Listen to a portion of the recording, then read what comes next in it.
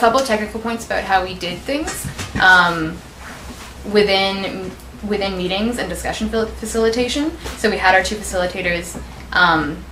We had someone. So the two facilitators would come up with some questions to start, in case no one knew where to begin with the discussion. Sometimes if discussion was really hard to get going, you could do a recap of the articles, or have just a brainstorm on the board about a question like how does prison abolition relate to our lives, or the organizing we do. Having brainstorms like that really broke stuff up and was good for getting people engaged. And another thing we did was we had someone during every class, we had one person taking minutes, so just jotting down key points that people said. And that was really good for making sort of a record of what we were doing for people who maybe weren't able or didn't want to take notes during the meetings. And it also kept it accountable and open to people who wanted to sort of check in and see what was going on without coming to classes. And when a lot of people want to talk, you can do things like having speakers lists. But that wasn't so important in our discussions because they were very small. What's a speakers list? A speakers list is when you have one person who's responsible for just taking down people's names when people signal that they want to talk, so that you don't have the loudest people or the people who are most comfortable interjecting, taking over the discussion. And then another important tool for organizing the class, which we used, was having a course website, which was basically just a blog. And that was where every week people would post readings, so you could upload a PDF file to the website, and that was a good way of distributing all the readings to everyone in the class. That was where we posted the minutes from every meeting, so it was really, really open and transparent. And we could have a bunch of other resources up there, and everyone would have access to updating the blog as well, so that was a good tool for us. So ground rules, obviously Indyclass was based in shared views about, there was a shared understanding of how society is, political issues in society, the prison injustice complex, as opposed to, just a prison abolitionist thing, but at least in the prison Indyclass. But there was also a lot of shared experience in terms of people having done organizing in similar circles, and but that aside, Indyclass needed to make explicit what kind of atmosphere we wanted to create, so that's where ground rules came in.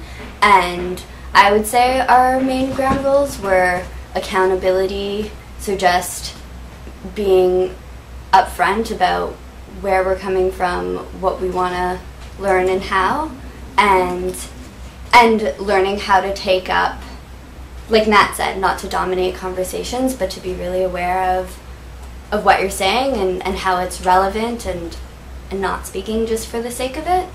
I mean, there are other ones too. Do you want to? Yeah, I think a couple ground rules that were really important to me that we talked about were trust.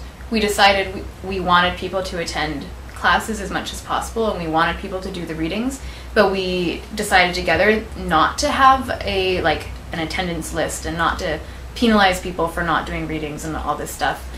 We wanted we all expressed that we were going to commit to Indyclass and to being as involved as we could be, but we were also going to trust that everyone else was going to do their best, and so to try to take away some of that judgment.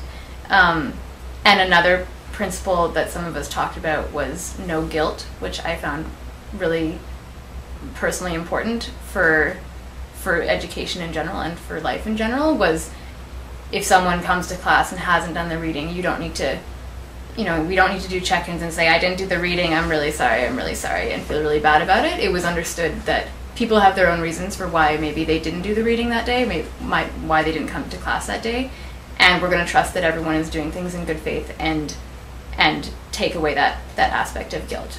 Accept that sometimes you can't or don't commit as much as you can, or don't commit as much as you would like to, and that's okay, and we need to just move on and support each other. On that note, we had a 24-hour suggested email policy thing we did.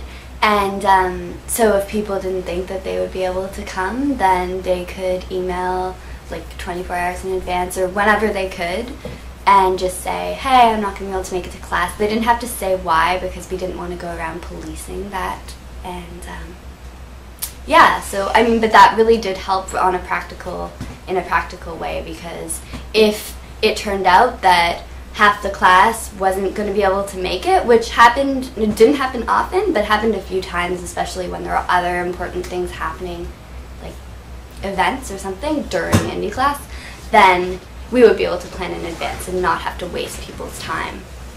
If 2 people were to show up, that would be a big waste of time, but we could get by that with our super duper policy. And I think most basically these are all ideas that we did, but I think the bottom line is that if you make your own Indyclass, you need to have a collective discussion about what your ground rules are going to be. And they don't have to be the same as our ground rules, but having an open discussion where everyone can talk about it and can agree together on what they will be, I think is the most important part. And having that happen early in the semester to lay the basis for your class.